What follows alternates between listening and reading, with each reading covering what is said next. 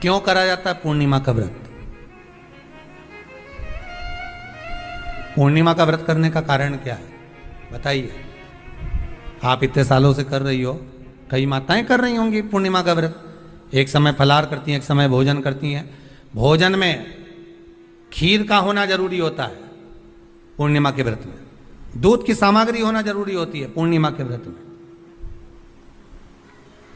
12 महीने की पूर्णिमा करो मना नहीं है, और पूर्णिमा उठाने का भी समय होता है चैत्र के महीने की जो पूर्णिमा होती है, चैत्री पूर्णिमा पहली पूर्णिमा मानी जाती है, इसलिए चैत्री पूर्णिमा को सिद्ध पूर्णिमा कहते, कार्य सिद्धात्री पूर्णिमा कहते, सिद्ध करने वाले, मनोरथी पूर्णिमा कहते हैं।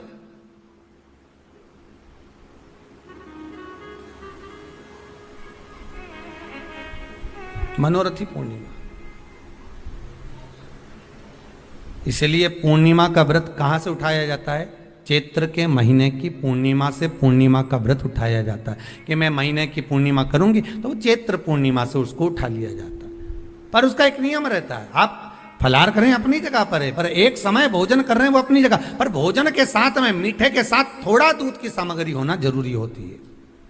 और क्यों करते हैं पूर्णिमा का व्रत, किस लिए किया जाता है, क्यों करा जाता है, उसका व्याख्यान वर्णन शिव महापुराण के अंतर्गत स्कंद पुराण में लिखा गया। स्कंद पुराण में वर्णन किया है श्री वेद व्यास जी महाराज ने। कहा ये पूर्णिमा का व्रत इसलिए किया जाता है कि व्यक्ति का जब मन गलत भ्रम में जाने लगता है, मन जब गलत जगह पर जाने लगता है, तो ये मन को गलत जगह पर ले जाने वाला कौन होता है? तो कहा ये चंद्र होता है। व्यक्ति की राशि के अंतर्गत, व्यक्ति की पत्रिका के अंतर्गत, व्यक्ति की ग्रह दशा के अंतर्गत जब चंद्र बेकार चलता है तो व्यक्ति अच्छा करते करते भी बेकार करने लग जाता है। चंद्र डोल रहा है। कई माताएं कहती हैं गुरुजी हमारे बेटे को आशीर्वाद दीजिए, बहुत गलत संगत में जा रहा है, मतलब समझ जाना कि चंद्र गड़बड़ जा रहा है। बेटी अगर गलत मार्ग पर जा रही है, बेटी अगर गलत संगत में जा रही है, किसी अन्य व्यक्ति की ओर आकर्षित हो, चंद्र गड़बड़ हो रहा है, उसका चंद्र कहीं जा रहा है। कोई पुरुष, कोई लड़का कोई गलत मार्ग पर जा रहा है, चंद्र गड़बड़ हो रहा है। घर में जो क्लेश उत्पन्न होता है, घर में जो विवाद उत्पन्न होता है, उस विवाद को रोकने के लिए केवल चंद्र की ही, इसलिए तो पूर्णिमा घर की नारियां, हमारे हिंदू धर्म में यहां तक स्कंद पुराण में कह दिया कि प्रत्येक आप लोग कभी आप लोगों ने सत्यनारायण जी की कथा करवाई है? जितने लोग आस्था चैनल पर कथा सुन रहे हैं, जितने लोग फेसबुक यूट्यूब पर कथा सुन रहे हैं, यूट्यूब पर कथा का श्रवण कर रहे हैं, उनने कभी सत्यनारायण की कथा करवाई होगी। तो उसमें लिखा है हर कार्तिक, हर पूर्णिमा को, हर संक्रांति को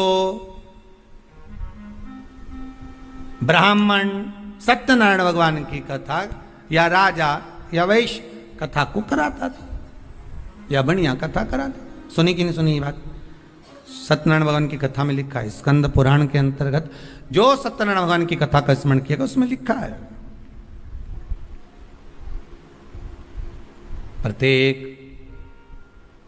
संक्रांति पूर्णिमा को सत्यनारायण की कथा करवाने लगा और ये योनि को प्राप्त हुआ, इस योनि से छूटा, इस योनि में गया। लिखा है, सब कुछ लिखा है।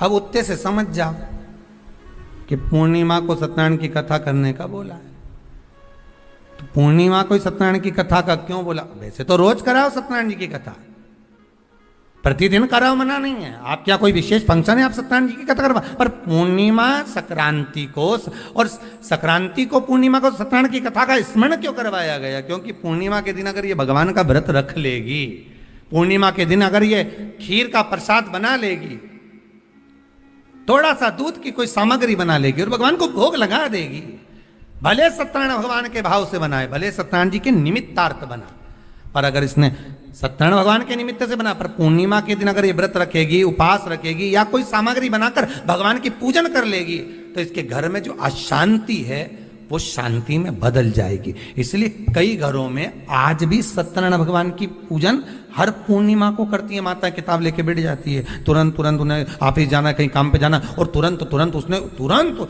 जल्दी जल्दी कलश रखा, कलश नहीं भी रखे तो भगवान की पूजन कर को रखे, ब्राह्मण देवता को बुला लेगी, ब्राह्मण नहीं आएंगे तो खुद कर लेगी, पर करती जरूर है। इतना सा आटा सेक लेगी, पंजेरी बनाई, सीरा बनाई, मिठाई रख दो, कुछ भी करेगी पर सत्यनारायण की कथा कर ले, उन्हें लग गया उसमें। मतलब पूर्णिमा को करना है, उसको करने से क्या होता है, शांति रहती है, शीतलता रहती है। जिसके घर में हर महीने की पूर्णिमा को खीर बनती हो, ध्यान दीजिएगा, बहुत सुंदर संवाद चल रहा है, बहुत ध्यान देने वाली बात है। प्रत्येक महीने की पूर्णिमा को जिसके घर में दूध की सामग्री बनती हो, दूध की सामग्री तैयार होती हो, खीर प्रसाद तैयार होता हो, उसके घर में कभी क्लेश नहीं हो सकता। चाहे सास बहू एक दूसरे के सामने वो कहे ना, वो सांप और नेवले की लड़ाई क्यों ना, फिर भी शांति हो जाती है। पर प्रत्येक महीने की पूर्णिमा होना चाहिए। ये नहीं कि तुमने एक महीने की पूर्णिमा पे बना लिया और दूसरे महीने की पूर्णिमा को गायब कर दिया। फिर किसी ने कह दिया आज चूरमा तो बन रहा है, दाल बाटी तो बन रही है चूरमे के साथ में, लड्डू बन रहे हैं, तो काय को खीर बना रही हो, तो तुमने अब वो खीर प्रसाद। जैसे प्रदोष व्रत का जो उद्यापन होता है, प्रदोष के व्रत का जो उद्यापन होता है, उसमें सबसे मूल क्या है प्रदोष व्रत के उद्यापन में, कि दो चीजें मूल है प्रदोष व्रत के उद्यापन में, कि आप प्रदोष का व्रत करो तो या तो 11 करो प्रदोष तब उद्यापन करो, या 26 प्रदोष करो तब उद्यापन करो, या उससे ज्यादा कर लिए तब उद्यापन, तुम्हारा मन हो जब उद्यापन करो। पर उद्यापन की मूलता में दो चीजें, कि प्रदोष के दिन के एक दिन पहले गणेश जी की पूजन हो जाना चाहिए। उद्यापन की जो पूजन होती है वो पहले गणेश जी की पूजन एक दिन पहले हो प्रदोष के, और प्रदोष वाले दिन फिर हवन यज्ञ पूजन करा। और हवन में क्या चीज जरूरी है, खीर बनाकर 108 बार शंकर जी की नाम की पार्वती के साथ की आहुति देना जरूरी है।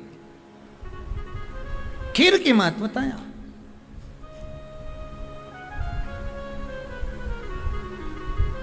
चलो और सहज भाषा में समझिए, और सरल भाषा। जिस समय पर भगवान औघड़दानी मेरा त्रिकालदर्शी मेरा कैलाशी शंभु का आवाहन चंद्रदेव ने करा, कब, जब ससुर ने श्राप दे दिया कि काया का रोग होगा, काया छिन्न होने लगी, टपक टपक कर गिरने लगी, काया नीचे गिर रही, चंद्र रोने लगे, आंखों से अश्रु बह रहा है, आंखों से आंसू बह रहा, किसके पास जाऊं मैं। तब देवऋषि नारद का स्मरण किया।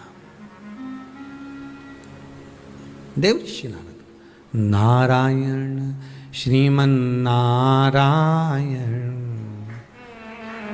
नारायण श्रीमन नारायण। देवऋषि नारद का स्मरण कर, नारायण श्रीमन नारायण, नारायण श्रीमन नारायण, नारायण श्रीमन नारायण, नारायण श्रीमन नारायण। भाव से गाइए, प्रेम से, आनंद से।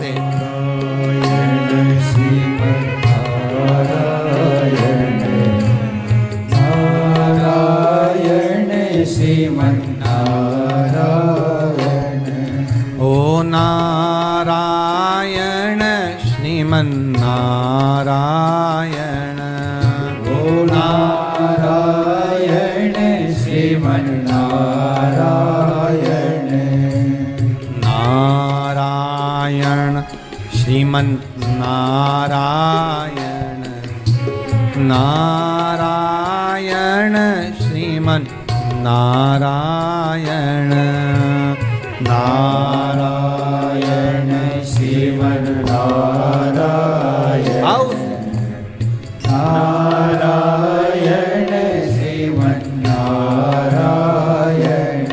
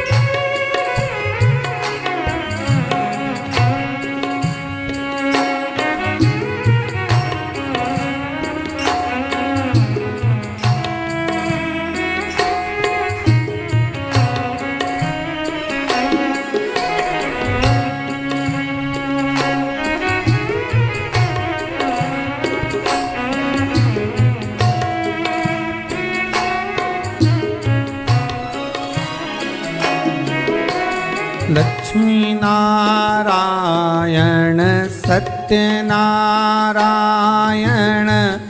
नारायण हरि नारायण लक्ष्मी नारायण सत्यनारायण नारायण श्रीमन्नारायण। ओ लक्ष्मी नारायण सत्यनारायण नारायण हरि नारायण लक्ष्मी नारायण सत्यनारायण नारायण हरि नारायण।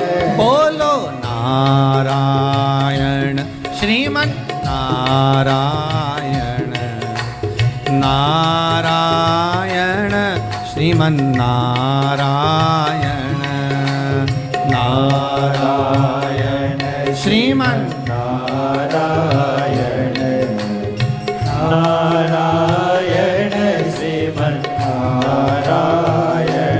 बोलो नारायण श्रीमन नारायण नारायण श्रीमन नारायण नारायण श्रीमन्नारायण नारायण श्रीमन्नारायण।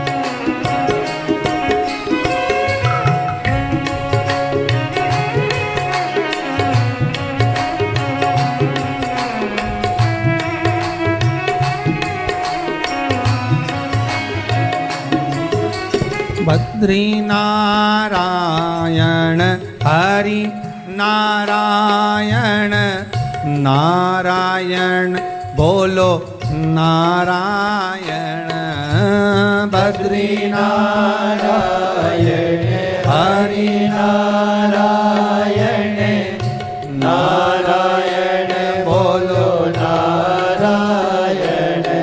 हे बद्री नारायण हरि नारायण नारायण बोलो नारायण बद्री नारायण हरि नारायण नारायण बोलो नारायण। बोलो नारायण श्रीमन नारायण नारायण हरि नारायण नारायण श्रीमन नारायण नारायण हरि नारायण। ओ नारायण हरि नारायण ओ नारायण हरि नारायण। देवर्षि नारद को याद किया चंद्रदेव ने कि मेरी काया क्षीण हो गई। नारद जी आए, आकर उपदेश दिया देवऋषि नारद ने, क्यों ना आप शिव की आराधना कर लो।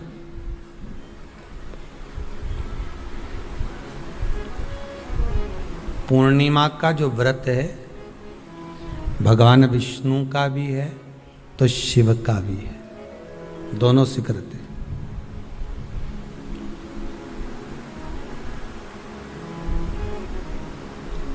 दोनों स्वीकृत है। जिसका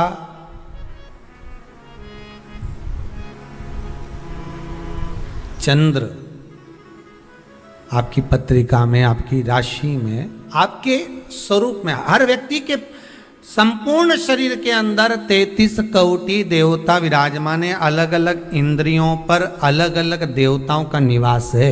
कभी मौका मिले तो अच्छे से उसको समझना। पूरे शरीर में अलग अलग इंद्रिय पर अलग अलग देवता।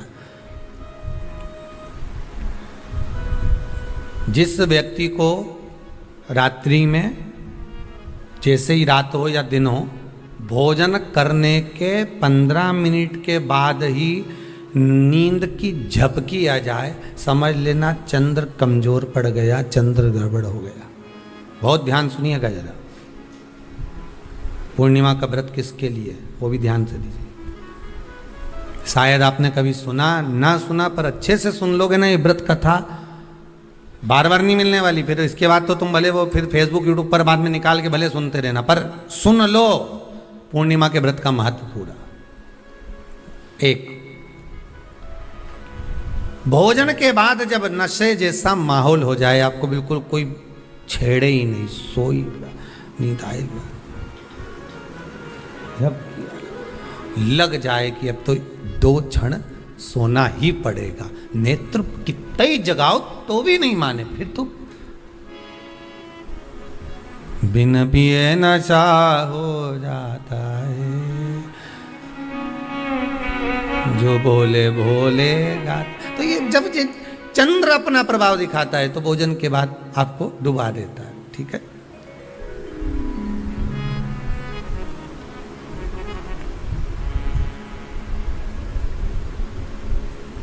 एक बहुत सरल भाषा में कहेंगे, आपको थोड़ा समझना पड़ेगा कि कहीं कहीं आपने सुना होगा कि 14 और पूर्णिमा पे कहीं गया होगा इसलिए ऐसा हो गया। बोले सुना है कि नहीं सुना? 14 पूर्णिमा पे कहीं गया होगा या 14 पूर्णिमा पे कहीं गई होगी तो ऐसा हो गया। क्यों कहते हैं, उसका कारण क्या है?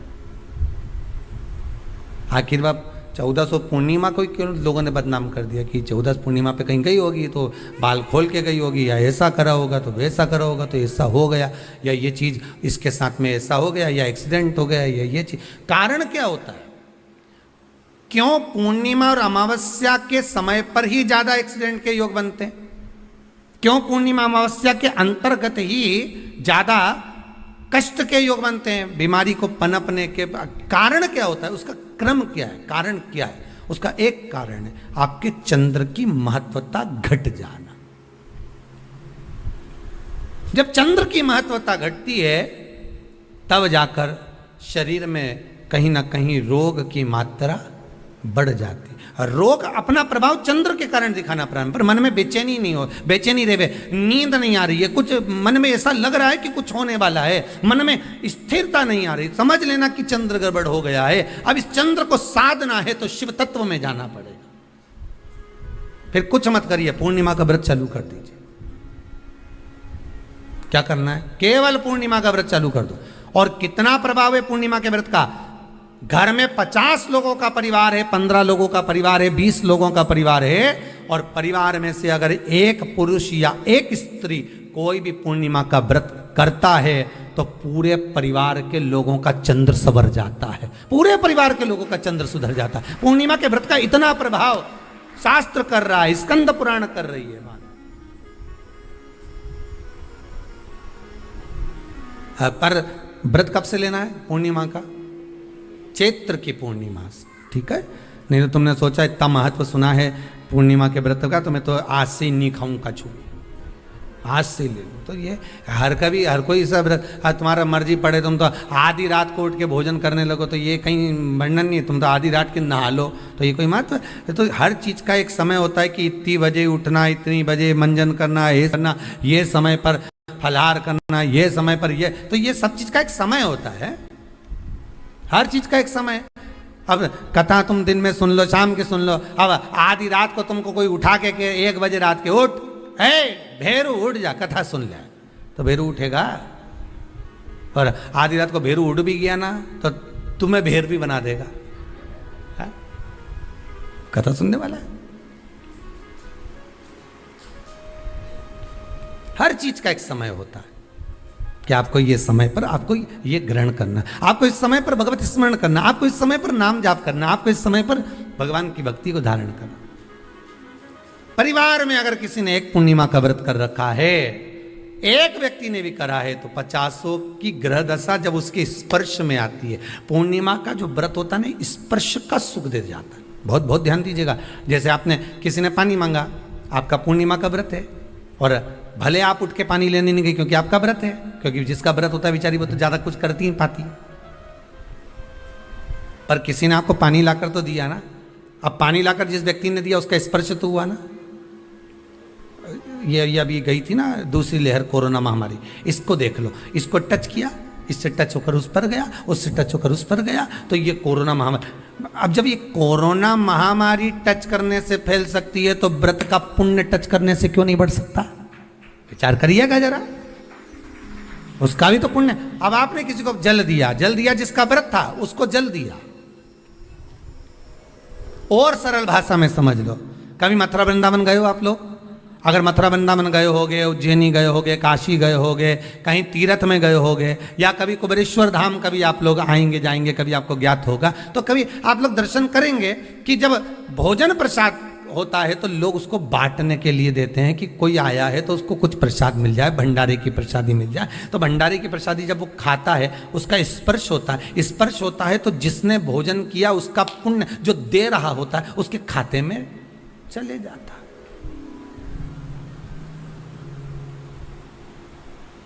उसके खाते में गया वो।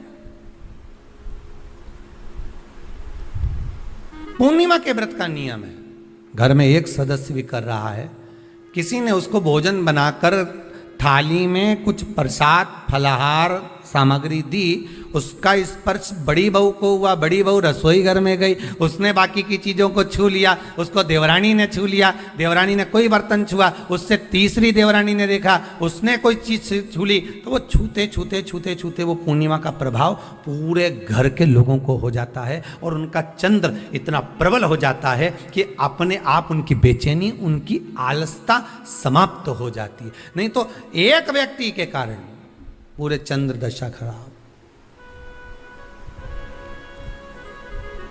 एक दुखी तो सब दुखी, एक सुखी तो सब सुखी। वो देख ले कि हाँ इसको सुख मिल गया है, अब ठीक है।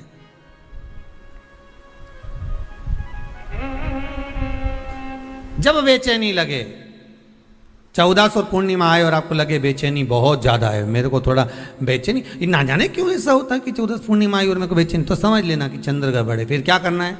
एक व्रत घर का कोई भी सदस्य पूर्णिमा का प्रारंभ कर दे। ज्यादा नहीं करो तो थोड़ी करो, पर करो, व्रत करो।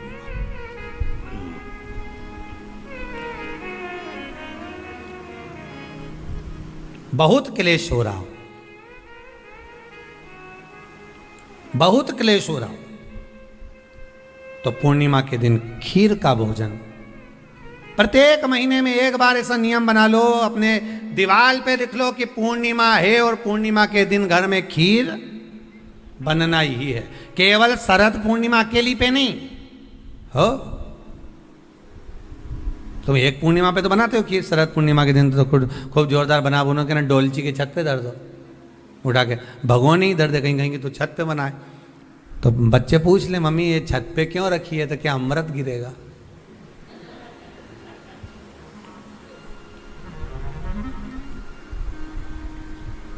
अब बोलो जम के जरा, क्या गिरेगा? अमृत गिरेगा। अच्छा, अब शिव महापुराण की कथा स्कंद पुराण तो कहती है, पूर्णिमा के महत्व को जो दर्शाया जाता है कि शरद पूर्णिमा के दिन चंद्र में से अमृत तत्व गिरता है, पर कब गिरता है? अरे जम के तो बोलो, जब उस खीर का ढक्कन हटा हुआ, केवल खीर का नहीं अपना भी ढक्कन हटाओ, तभी तो अमृत गिरेगा।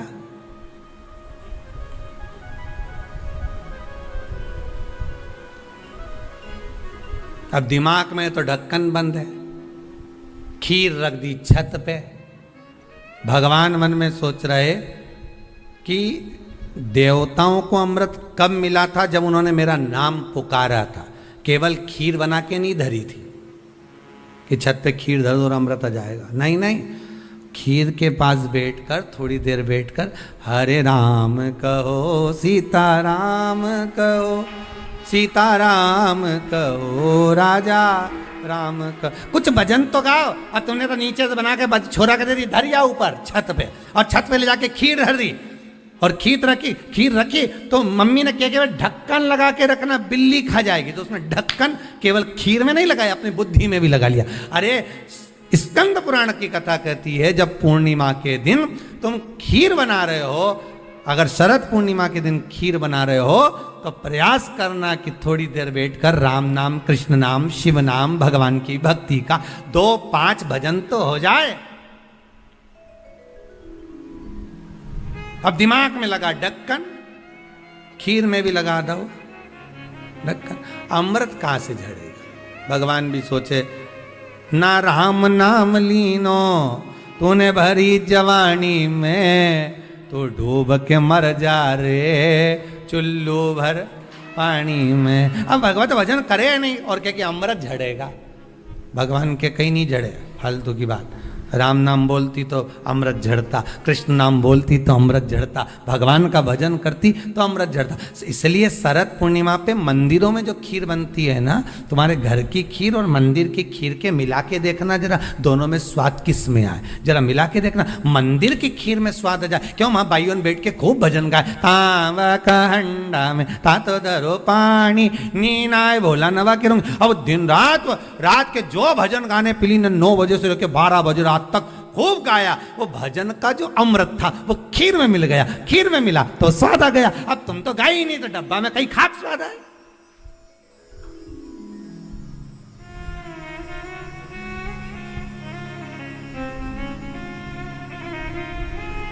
अब रात्रि को छोरा से क्या, जा खीर उठाना नीचे, जो खीर लेके आया ने खा के देखी तो ये खीर तो फटी गई। अब खीर ही फट गई।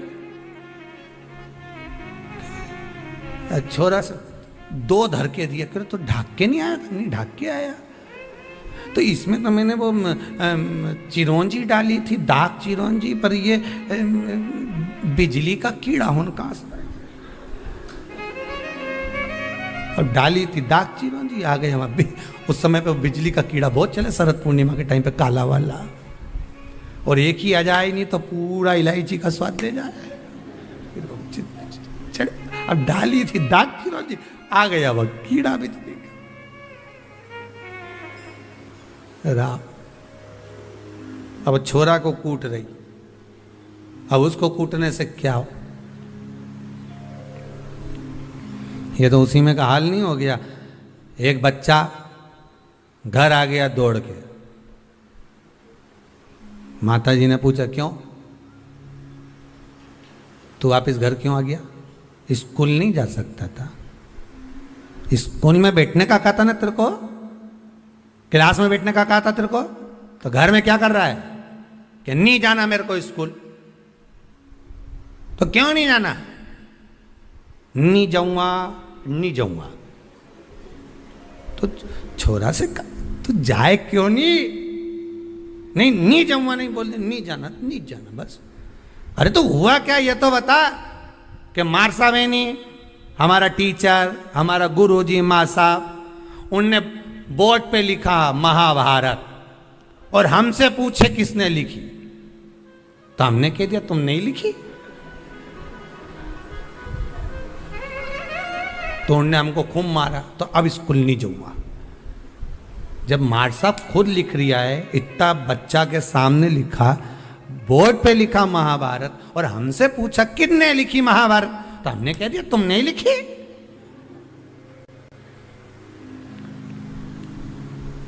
और उनने तो हमको टेबल पे खड़ा करने खूब दोचा, जैसे मंदिर के घंटा हो, खूब बजाया, खूब मारा। इसलिए अब नहीं जाऊंगा स्कूल। इतने में माँ ने हाथ पैर जोड़े, वो महाभारत किसने लिखी थी ये पूछा था, तो हम वही तो बोल रहे हैं माँ साहब ने लिखी थी। हम कौन से अलग बात बोल रहे, हम भी तो बोल रहे हैं कि टीचर ने लिखी, मार साहब ने लिखी। तू नहीं सुधरेगा कभी जिंदगी में। हम तुमसे इतना सा पूछ रहे हैं, महाभारत किसने लिखी? मार साहब ने लिखी, टीचर ने लिखी। और देखो मम्मी, भाई सुन ले, आई तू भी सुन ले, अब बार बार महाभारत की मत पूछना मेरे से। एक बार बोल दी मैंने उनने लिखी, उनने लिखी, उनने लिखी, अब बार बार मत पूछना। पिताजी आ गए दुकान से, खेत से, क्यों रे छोरा आज तू स्कूल नहीं गया? गया था। तो फिर बस सन ने खूब मारे, तुम भग आया। क्यों भग के आया? ऐसा क्या कर दिया तूने? तो मार साहब खुद लिखे, बोर्ड पे लिख दी महाभारत, और मुझसे पूछ रहे महाभारत किसने लिखी। मैंने भी कह दी तुमने ही लिखी। तो मार साहब ने खूब मारा, मैं अब नहीं जाऊंगा। तो पिताजी बोले रे मूर्ख, तुझे बता देना तो महाभारत किसने, तो वही तो बताया लिखी। पिताजी भी क्या बोलेगा। हम भी इसी भ्रम में महाराज, हम सोचे कि हम बस खीर में अमृत झड़ेगा। भगवान के जब झड़े जब राम बोले, अमृत जब झड़े जब कृष्ण बोले, अमृत जब झड़े जब भगवान का भजन होवे। केवल खीर बना के डब्बा को छत पे रखने से अमृत नहीं झड़ता। भगवान के भजन के साथ अमृत तत्व की जो प्राप्ति होती है तो वो आनंद ही दूसरा हो। किसी ने भजन में गाया है, आपने सुना होगा, अमृत है हरि नाम प्रभु का, अमृत है हरि नाम प्रभु का, इसे छोड़ विष पीना क्या, हरि नाम नहीं तो जीना क्या, प्रभु नाम नहीं तो जीना क्या। ये अमृत तत्व भगवान की भक्ति का होना चाहिए। ये अमृत तत्व परमात्मा की भाव का, निर्मलता के भाव का होना चाहिए। तो स्वाद। मेरा निवेदन है, अगर तुम्हारे घर में अशांति ज्यादा होती है, क्लेश बड़ा ज्यादा होता है, आप पूर्णिमा का व्रत करें ना करें, पर पूर्णिमा को खीर प्रसाद घर में अवश्य बना।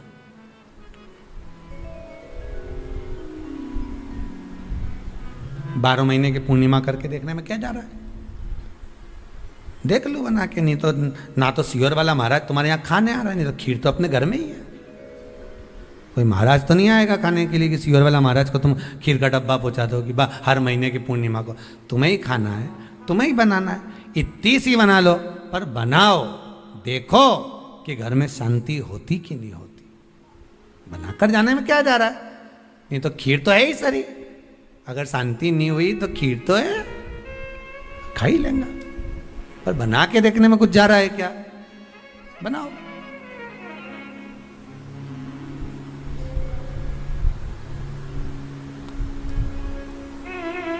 उसकी महत्वता को जानना है। ये जो हवन में, यज्ञ में खीर की जो आहुतियां छूटती हैं, ये इसका महत्व बहुत है महाराज। आप समझें ना समझें वो आपकी जगह पर आपके यहां जब विद्वान ब्राह्मण, कोई विद्वान ब्राह्मण आपके यहां जब यज्ञ कराने आए, हवन कराने आए, वास्तु पूजन कराने आए, जब माता रानी का हवन किसी भी रूप का यज्ञ कराने के लिए आए और वो खीर की आहुतियां जब छुड़वाए, तो आप पूछना कि खीर की आहुति का फल कितना, प्रताप फल कितना। पूरे यज्ञ में वो खीर की आहुतियां लक्ष्मी के लिए जो दी जाती है, वो लक्ष्मी की वृद्धि कर देती।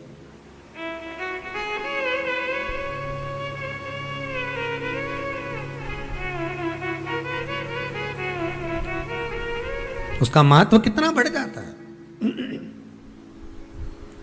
उसका महत्व कितना प्रबल हो जाता है। खीर क्या होती है, बनाइए एक बार। पूर्णिमा के व्रत का महत्व चंद्र से, और जिसके यहाँ क्लेश हो, कोई व्यक्ति मीठा बोलकर आपसे स्नेहवश, प्रेम बढ़ाकर, स्नेह बढ़ाकर, आपसे प्रेम वात्सल्यता करुणा स्नेह बढ़ाकर जब आपसे कुछ धन लेकर चले गया हो, और अब आप उससे मांग रहे हो, आप उससे लेना चाहते हो और फोन कर रहे हो, मिलने जा रहे हो कि मेरा पैसा दे दे भैया, और वो प्रेम खत्म कर चुका है, स्नेह खत्म कर चुका है, धन नहीं दे रहा, वहां पर भी ये पूर्णिमा का व्रत काम करता है।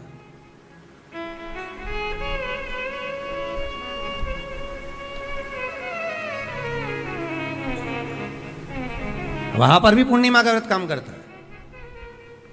कहा व्रत करने वाला व्यक्ति जो पूर्णिमा का व्रत करता है, चावल का, अक्षत का, श्वेत वस्त्र में, सफेद कपड़े में अक्षत रखकर, जो जिससे धन लेना है प्रेम वश लेकर गया है, स्नेह वश लेकर गया है और नहीं दे रहा है, उसका स्मरण कर कर ब्राह्मण देव को दे देने पर भी महाराज चंद्र की दशा सुधर कर लक्ष्मी का भाव वापिस प्राप्त हो जाता, पुनः वापिस चंद्र से शिव भी जुड़े हैं, चंद्र से नारायण भी जुड़े हुए हैं। महाराज देवऋषि नारद का आगमन हुआ, नारद जी ने पूछा क्या बात है चंद्र, तुमने मुझे याद क्यों किया, कारण क्या है वो तो बताओ। चंद्र का कहना, मेरी काया का रोग हो गया, मेरी काया गिर रही है नीचे, टपक टपक कर गिर रही है, मेरी काया का रोग है, मुझे क्या करा जाए। तो कहा एक काम करो, देवऋषि नारद बोले शंकर का स्मरण करो।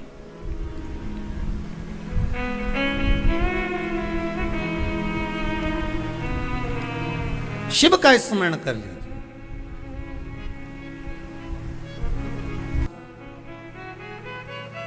शंकर का स्मरण मैं करूं, प्राप्त करूं, क्या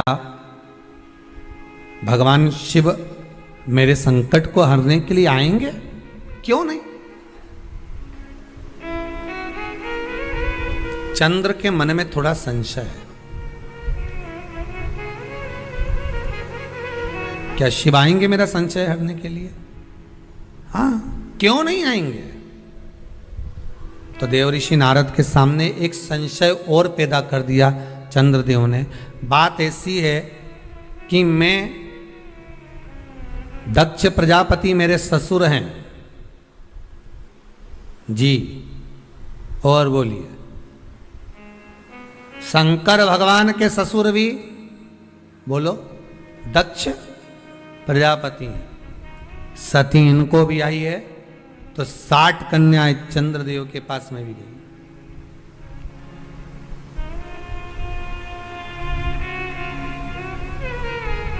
उसमें रोहिणी से अधिक प्रेम है उनको, अधिक।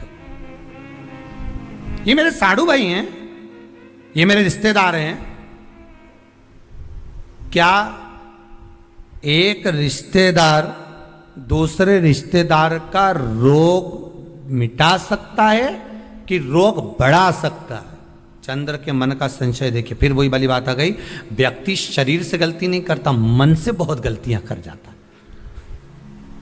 आप किसी व्यक्ति से कभी मत झगड़ो, लड़ाई मत करो किसी व्यक्ति से, किसी व्यक्ति से लड़ाई मत करो आप, और अंदर से लड़ाई करो, मन की मन सोचते रहो उसका ऐसा हो जाए। एक कथा आती है ना, एक चंदन का व्यापारी चंदन बेचने के लिए आया, राजा के महल में आ गया। राजा के महल में आकर कहा महाराज चंदन ले लो। राजा सोच में पड़ गया। थोड़ी देर तक सोच में पड़ने के बाद राजा ने अपने मंत्रियों से कहा ले जाओ इसको जेल में डाल दो जो चंदन बेचने आया है। मुनि मंत्री की चित्तवृत्ति में पड़ा, ये राजा कभी किसी को जेल में नहीं डालता, पहली बार चंदन बेचने वाला आया और इसको जेल में डाल रहा। आखिर ये चंदन बेचने वाले ने गलती क्या करी है? राजा ने दूतों को बुला लिया, इसको पकड़ के जेल में डालो। उसको जेल में ले जाकर पटक दिया।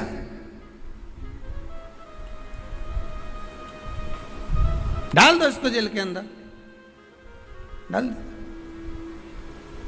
मंत्री ने अपने राजा को समझाया, स्वामी सरकार दयालु दातार, ये इसने कुछ करा नहीं है, इसको छोड़ दो। मंत्री का कहना माना, उसको छोड़ दिया। नगर से बाहर रहेगा, ये बाहर निकालो, इसको बाहर निकाल दो। नगर के बाहर जाकर रहेगा ये, नगर के अंदर नहीं, नगर के बाहर रहो। मुनिम की बात, मंत्री की मन में बात अड़ गई कि आखिर राजा का इसने बिगाड़ा क्या था जो राजा ने इसको बाहर निकाल दिया, इसको जेल में डाल दिया। आखिर हुआ क्या था ऐसा? सहन नहीं हुआ। पहुंच गया मंत्री चंदन के व्यापारी के पास में।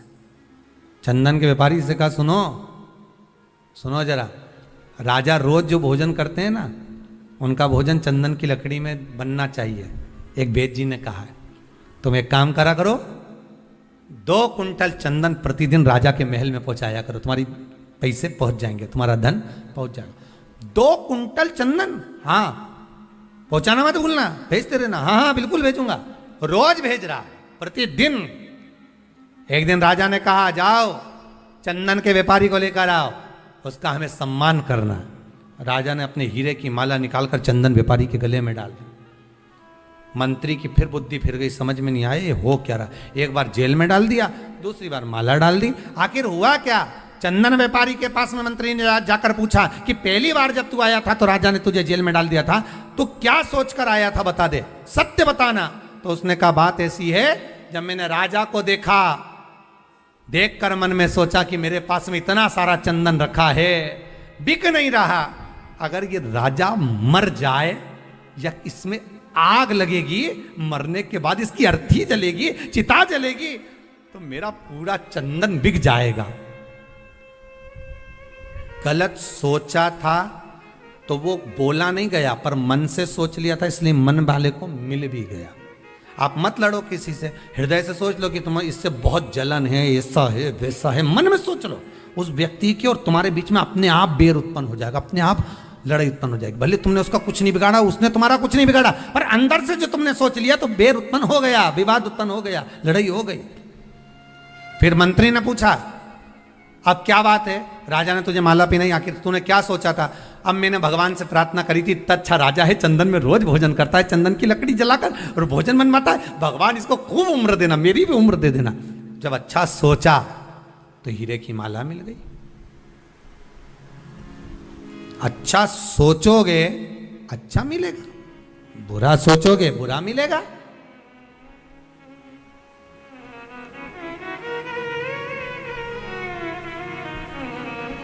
दुनिया के लोग सोचें कि अपशब्द कहने के बाद, किसी को ताना देने के बाद, किसी को गाली देने के बाद, किसी के लिए अपशब्द बोलने के बाद, किसी की निंदा करने के बाद, किसी के लिए कुछ कहने के बाद आप बच जाओगे। ना ना ना ना, वो मिलेगा प्राप्त नहीं।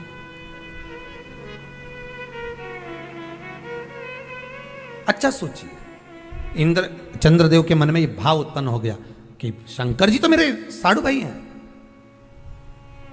दक्ष प्रजापति के ये भी जमाई है तो मैं भी जमाई हूं, क्या एक दूसरे का रिश्तेदार क्या हमारा हित कर सकता है। शिव महापुराण की कथा कहती है यही हमारे भीतर का भेद है। अच्छा सोचोगे तो रिश्तेदार क्या, पड़ोस में रहने वाला भी तुम्हारा हित कर जाएगा, नहीं तो घर में रहने वाला भी तुमको चोट कर कर चला जाएगा। दिल से अगर निभाओगे, दिखावे से नहीं, शरीर से नहीं, केवल मन से निभाने का प्रयास करिए। आप प्रेम देने का प्रयास तो करो, प्रेम मिलना प्रारंभ हो जाएगा साहब। आप करुणा देने का प्रयास तो करो, करुणा मिलना प्रारंभ हो जाएगा जी। आप देख क्या रहे हो। देव ऋषि नारद उसी समय पर प्रकट हो गए। देव ऋषि नारद ने कहा, अरे चंद्र, मन को सुधार, मन को, शिव तेरे दरवाजे पर आएगा, ये विश्वास रख। अगर मन तूने शंकर के चरणों में लगाया है तो शंकर भी कैलाश छोड़कर तेरे पास सोमनाथ में आया है। स्वयं शिव सोमेश्वर बनकर प्रकट हो गए। चंद्र की काया का रोग मिट गया, चंद्र की काया का रोग समाप्त हो गया। चंद्र ने विचार कर लिया कि जो भगवत भक्ति में मन से जुड़ेगा मैं उसके मनोरथ पूर्ण करूंगा। मन चित्त वृत्ति, उपवास करो, उपास करो तो मना नहीं है, पर उपास शरीर से नहीं होना चाहिए, उपास मन से होना चाहिए। आप उपास नहीं भी करेंगे ना और मन लगा लिया ना, आज धर्म पत्नी का आज हरतालिका तीज का व्रत है, आज पत्नी का चतुर्थी का व्रत है, आज पत्नी का छठ का व्रत है, और आपने मन लगा लिया कि आज छठ का व्रत है, आज भूखी रहेगी।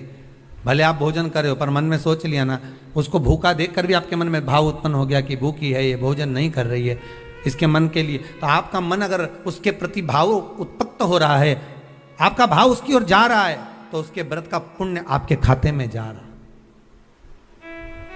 पुण्य जा रहा है आपके खाते।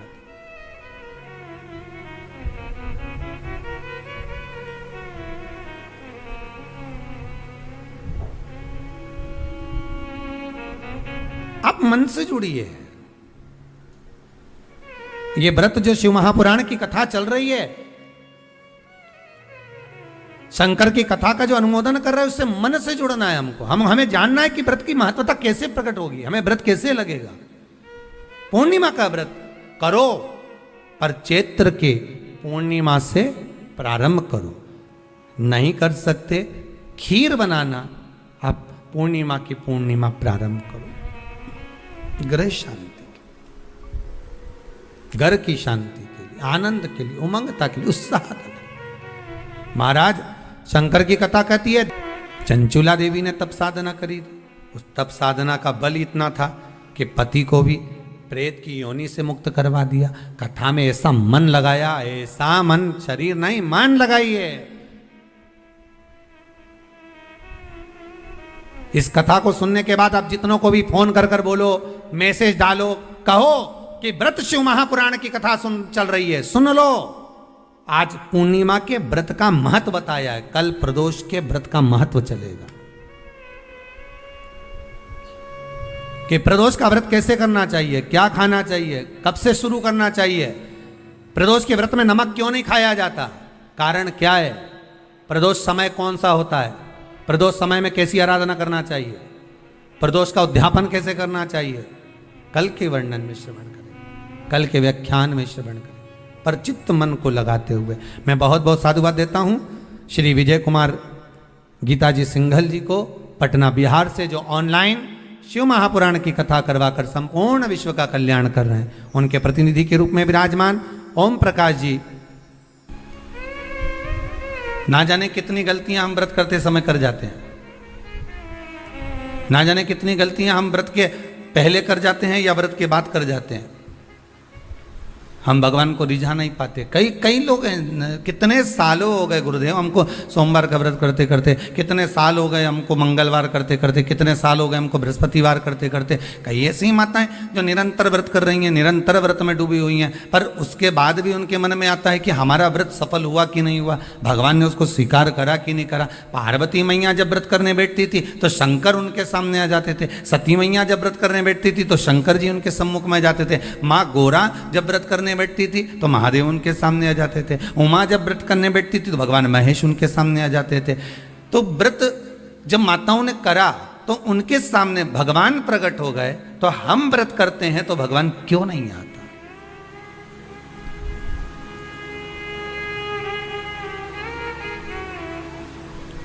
आप आए नहीं और सुबह हो गई, मेरी पूजा की थाली धरी की धरी रह गई। आखिर कारण क्या है? क्या कारण हो सकता है? हम परमात्मा को इतना रिझा रहे हैं, हम परमात्मा को इतना मना रहे हैं, हम परमात्मा से इतनी विनती कर रहे हैं, निवेदन कर रहे हैं, उसके बाद भी अगर भगवान हमको ना मिले, उसके बाद भी भगवान हमारा ना सुने, तो फिर दुख तो होता है कि भगवान आखिर क्यों नहीं सुन रहा। कुछ माताएं कर रही थी, गुरुजी हमने ये करा, उसके बाद भी भगवान ने हमारा ना सुना। हो सकता है कि कुछ गलतियां हमारे भीतर की भी हो। हम इस शरीर से तो परमात्मा को रिझा रहे हैं, हम इस शरीर से तो भगवान को मनाने का प्रयास कर रहे हैं, हम शरीर के द्वारा तो मंदिर तक पहुंच जा रहे हैं, हम शरीर के द्वारा तो हम मंदिर में जाकर जल भी चढ़ा रहे हैं, अभिषेक भी कर रहे हैं, पूजन भी कर रहे हैं, अर्चना भी कर रहे हैं, पर साथ में मन नहीं जा रहा हो तो, साथ में मन नहीं पहुंच रहा हो तो। कथा भी कितने सुंदर दिन प्रारंभ हुई है महाराज, पूर्णिमा, और कथा जो प्रारंभ हुई है वो भी व्रत, और बहुत समझल करा, ना कुछ बेकार कर्म करा, कुछ भी नहीं करा। इसके बाद भी वो जब प्राणों को त्याग कर गया तो नरक भोगना पड़ा। दृष्टांत सागर का यह बड़ा सुंदर चरित्र है महाराज।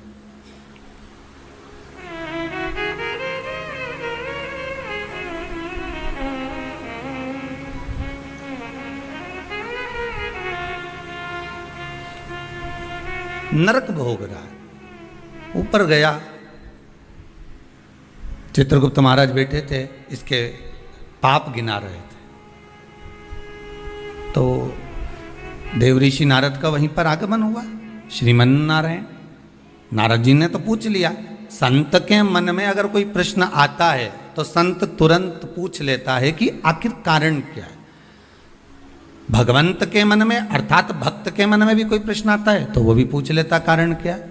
तो देवऋषि नारद ने पूछा कि ये कारण बताओ कि इसने ना कभी चोरी करी, ना कभी कपट करा, ना कभी बेईमानी करी, ना कभी प्रपंच करा, ना कभी किसी को धोखा दिया, ना किसी का धन खाया, ना किसी का वैभव खाया, ना कभी मुख से अपशब्द कहा। फिर आखिर बात क्या है कि इसको इतने सारे नरक क्यों भोगना पड़ रहे हैं? 94 नरकों में से कम 50 नरक में तुमने इसको डाल दिया।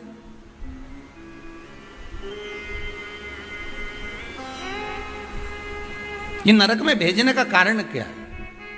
भाई व्यक्ति गरुड़ पुराण के हिसाब से नरक कब भोगता है कि आपने अगर किसी के यहाँ चोरी कर लिया, आपने अगर किसी के यहाँ कपट कर लिया, किसी को मार दिया, किसी को अपशब्द कर दिया, ताने दे दिए, गालियां दे दी और कहीं चोरी आदि कर्म कर लिया, कोई लूटपाट कर ली, किसी का धन खा गए, किसी का वैभव खा गए, किसी की सत्ता खा गए, किसी के रूप में किसी को दुख दिया, तकलीफ दी, तो आपको नरक भोगना पड़ेगा। ये गरुड़ पुराण कहती है। तो देवऋषि नारद ने पूछ लिया चित्रगुप्त महाराज से, धर्मराज से, ये बताओ कि इसने ये कुछ करा है क्या? तो क्या कुछ भी नहीं करा। इसने अपनी स्त्री को हाथ उठाया क्या? नहीं। इसने अपने बच्चों से कुछ कहा क्या? नहीं। बच्चों ने इसको कुछ कहा क्या? नहीं। इसने अपने माता पिता की सेवा नहीं करी क्या? करी। सब कुछ करा इसने। फिर नरक किस लिए दिया गया? नरक का कारण क्या है? क्यों नरक भेजा जा रहा है? व्रत शिव महापुराण का सबसे पहला सूत्र आज आप अच्छे से समझ लेना तो आपको पूरी व्रत की महत्वता समझ में आ जाएगी कि हम व्रत करते हैं और भगवान सुनता क्यों नहीं है। बस इस सूत्र को पकड़ लीजिए। दृष्टांत सागर का ये चरित्र अगर आपके जीवन में बैठ गया तो बाकी की शिव पुराण पूरी आपको समझ में आ जाएगी कि व्रत की मूलता क्या है।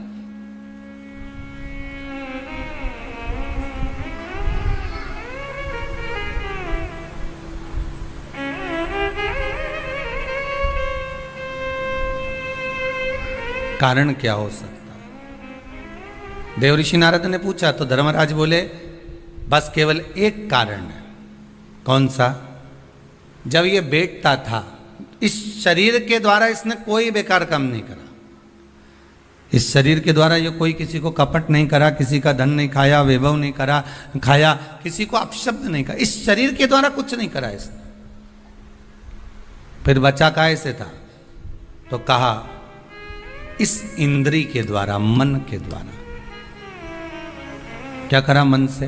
तो क्या मन के द्वारा ये जहां बैठता था वहां मन में सोच लेता था कि ये कितना बेकार व्यक्ति है, इसके साथ तो ऐसा हो जाना चाहिए, इसके यहाँ कितना वैभव इकट्ठा हो गया, इतना धन एकत्रित हो गया होगा तो ये धन का करेगा क्या, इसके यहाँ तो ऐसा होना चाहिए कि डाका डल जाना चाहिए। इसने विचार करा। फिर विचार आया कि बताओ कितनी सुंदर स्त्री है, कितनी सुंदर नारी है, इतनी सुंदर नारी तो मेरे साथ में होना चाहिए थी।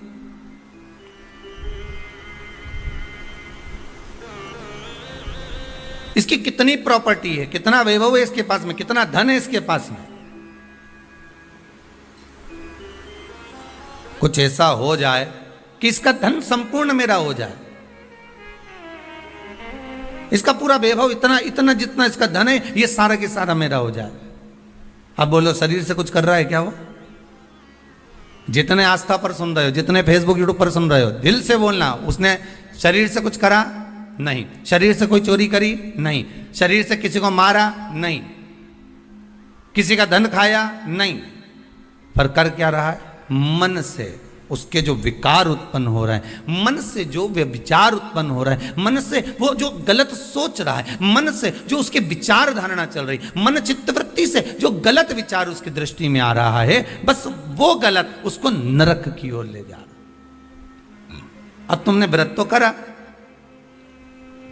आज कई माताओं का पूर्णिमा का व्रत भी होगा, ऐसा नहीं है, जाएगी राखी बांधने तो कह भी देगी हमारी तो पूर्णिमा जी हम तो तुम्हारे भाभी भोजन नहीं करें। भाई ननंद और आती हैं तो कह भी देती हैं कि आज तो हमारे पूर्णिमा है, हम काहे को भोजन करें तुम्हारे यहाँ, आज हमारा पूर्णिमा का व्रत है।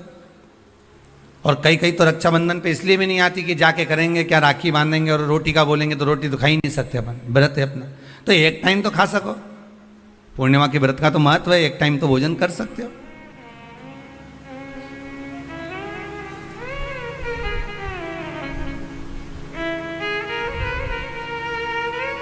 अब तुमने व्रत तो करा, खूब जोरदार व्रत करा, सुबह से लेकर शाम तक कुछ नहीं खाया,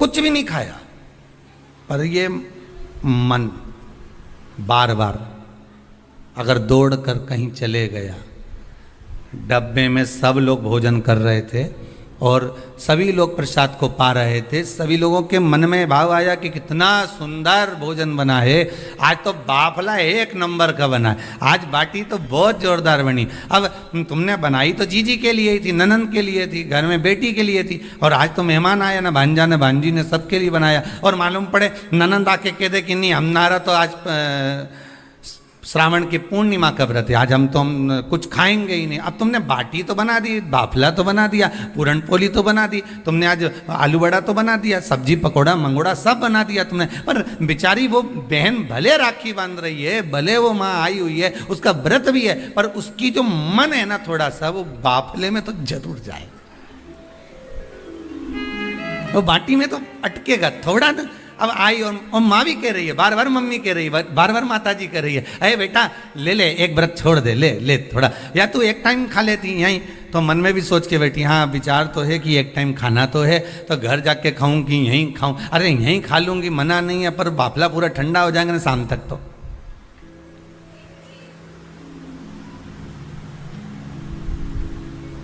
इसलिए शायद लोग भजन में गाते हैं, इसलिए कहते होंगे कि श्री बांके बिहारी लाल गोपाल मन रखियो तेरे चरणन में, मन रखियो चरणन में तन रखियो श्री वृंदावन। शास्त्र कहता है कि इस मन को, इस चित्त को, इस वृत्ति को ले जाओ भगवान के चरणों की ओर, इस मन को ले जाओ भगवान की ओर।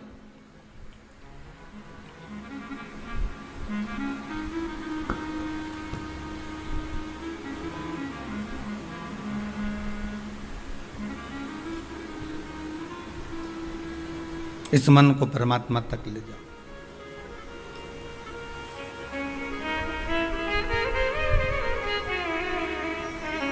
वो कहे मन तू चल रे काशी धाम, रटेंगे काशी काशी नाम। मन तू, शिव पुराण कहती है बहुत अलमस्त रहकर, यहां तक आपको पहले भी कथा में कहा, वल्लभ कुल की एकादशी करो, भले बकरी जैसे चरो, पर एकादशी करो। बार बार क्यों कहते हैं इस बात के लिए कि आप ज्यादा भूखे रहकर और बहुत शरीर को कष्ट देकर, मालूम पड़े शुगर और बीपी ऊंचा नीचा हो जाए और तुम हॉस्पिटल में पड़ी रहो, तो फिर उस व्रत का कोई मूल तत्व रहेगा क्या? नहीं। आत्मा का व्रत मूल है, मन का व्रत मूल है।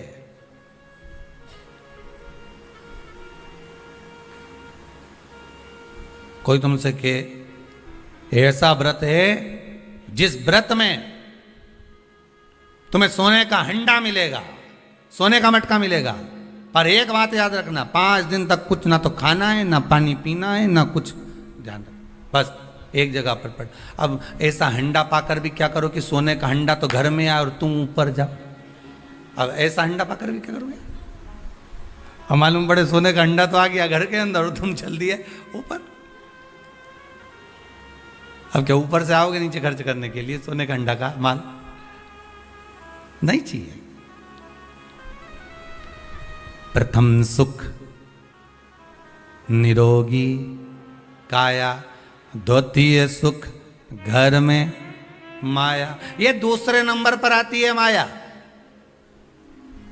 दूसरे नंबर पर आता है धन, संपदा, सत्ता, वैभव, ये दूसरे नंबर पर है। अभी बीच में जब ये कोरोना महामारी का कहर चल रहा था, अब तो थोड़ा बाबा की कृपा है विश्वनाथ की कि आप धीरे धीरे धीरे धीरे कोरोना महामारी धीरे धीरे जा रही, ये शंकर की कृपा मान लो।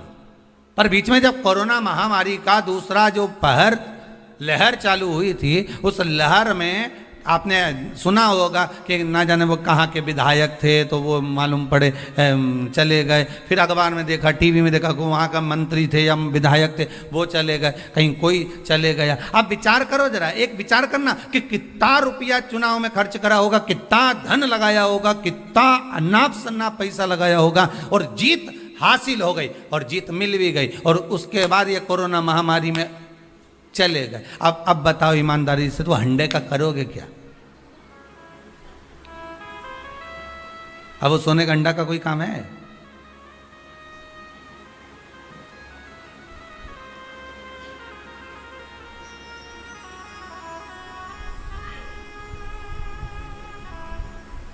वो एक गीत है ना, वो पहले शादी में चलता था कि सारी की सारी तैयारी रह जाती, मानो उनका एहसान कि यमराज को ना कह दी। नहीं तो मालूम पड़े सब जोड़ के रखा, धन वैभव संपदा सत्ता सब आ गई तुम्हारे पास में, और मालूम पड़े इतने में वो हाँ करके भेज दे यमराज को, जा उठा ला, और सब धरा की धरा रह जा। क्या करो उसका? फिर वो वैभव, वो धन, वो दौलत, वो संपदा, वो सत्ता का क्या करोगे?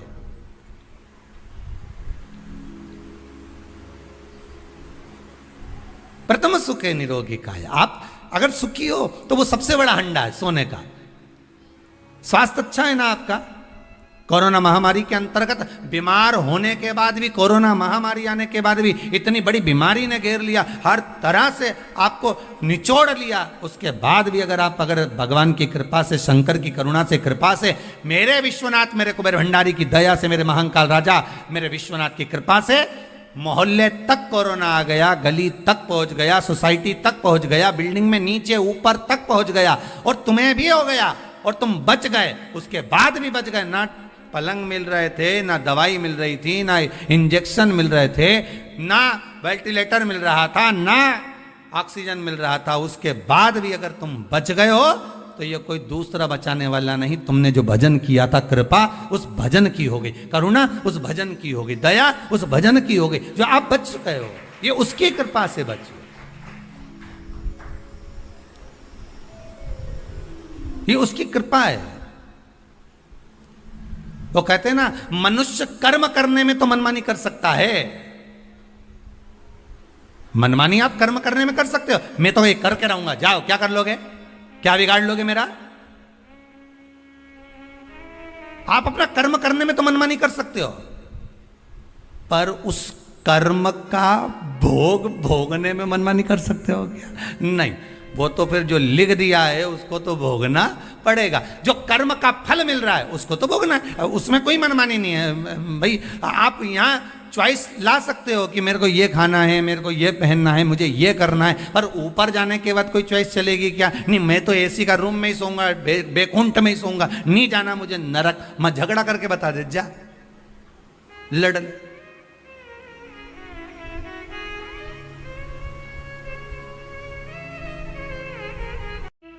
महाराज, पूर्णिमा का जो चंद्र है वो विशाल का है, और उस चंद्र की पूर्णता में हमारी अभिलाषाएं भी पूर्ण हो। आप आस्था चैनल के माध्यम से जितने लोग कथा सुन रहे हैं, फेसबुक यूट्यूब पर जितने कथा सुन रहे हैं, और कुबेरेश्वर धाम में जितने कथा सुन रहे हैं, आप में से कितने लोग हैं जो पूर्णिमा का व्रत करते हैं? जो माताएं करती हो जरा हाथ उठाइए। पूर्णिमा का व्रत जो करते हो ना आप लोग, रखिए हाथ। अब पूर्णिमा के व्रत में आपने कई बार किताब पढ़ी होगी पूर्णिमा की, या आपने व्रत किया होगा, या पूर्णिमा का व्रत आप धारण करे होगे, तो उसमें पूजन कौन से भगवान की होती है? पूर्णिमा के व्रत में किस भगवान की पूजन होती है? तो कहा पूर्णिमा के व्रत में केले के खंभ लगाकर पूर्णिमा का जो अध्यापन होता है, पूर्णिमा की जो पूजन होती है, उस पूजन में शंकर और पार्वती की पूजन की जाती है, शिव और नारायण की पूजन करी जाती है, शंकर और पार्वती का स्मरण किया जाता है।